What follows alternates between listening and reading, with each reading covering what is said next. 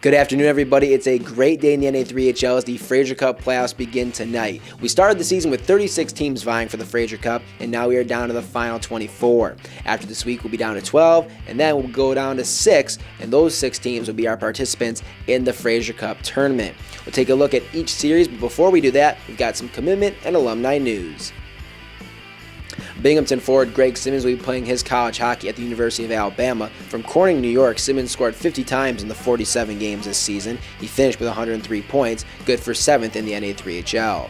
Simmons is red hot coming into the playoffs as he is riding a 12-game point streak.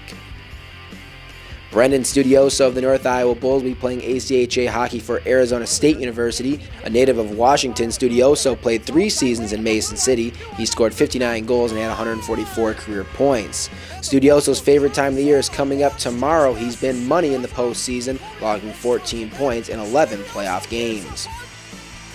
Finally, we've got Donovan Tahan of the LA Nordiques committing to Becker College. The defenseman from Middleburg, Florida has 11 goals and 37 points in 47 games this season. This is his second year with the club, and in his 2 years, he has totaled 15 goals and 53 career points. A NA3HL alum is making headlines in the college hockey ranks. Former North Iowa netminder Josh Benson has been named to the Atlantic Hockey All-Rookie team. The Stillwater, Minnesota native was 7-0 in his time in North Iowa before getting the call to Fairbanks in the North American Hockey League. Currently at Sacred Heart University, Benson has a .237 goals against average in 22 games this season, sporting a record of 12-7-2. Now on to the Fraser Cup playoffs. 3 series will start tonight, most will start tomorrow, and 1 will begin on Saturday. It's a best 2 out of 3 series. We've got the 1 seeds taking on the 4 seeds, while the 2 seeds battle the 3 seeds. Let's go around the league and look at all the matchups. In the Central, Cooley Region gets Peoria in round 1. The Chill are looking to get back to the Fraser Cup tournament. They were eliminated in the semifinals a year ago. For Peoria, they will look to their big 3 in Jack Radley, Austin Keel, and Tristan Trudell to try and pull off the upset. St. Louis was a goal away from a championship a year ago, and they will be hungry to get back to the Fraser Cup final. Milwaukee, on the other hand, is in its first year of existence, but they spent most of the season in first place in that division. We'll see if they can regain that form in the postseason.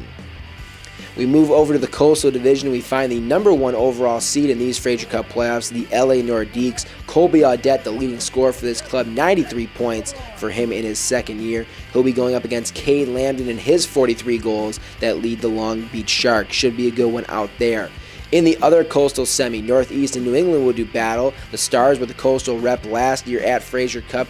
Their road will be a little more difficult this time around. The Generals boast a lot of firepower up front with Mark Faya, Tyler Rudek, and Thad Marcola.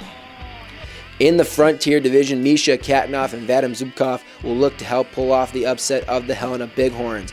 Katnoff just finished off a record-breaking career as he is now the NA3HL's all-time leader in points and just set the single-season record for goals. While the Junior Bruins are somewhat top-heavy, the Bighorns have a handful of guys that can put the puck in the net. The Great Falls Americans have won 17 of their last 18 games, but that one loss cost them home ice throughout the playoffs. They'll still have it, though, for their first-round series with Bozeman. The Ice Dogs are making their first playoff visit since 2017, and they'll be looking to make an impact.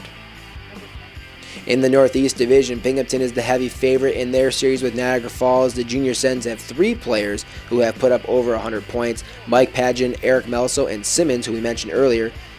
Devin Johnson and Jacob Robertson will lead the Powerhawks as they look to pull off the upset.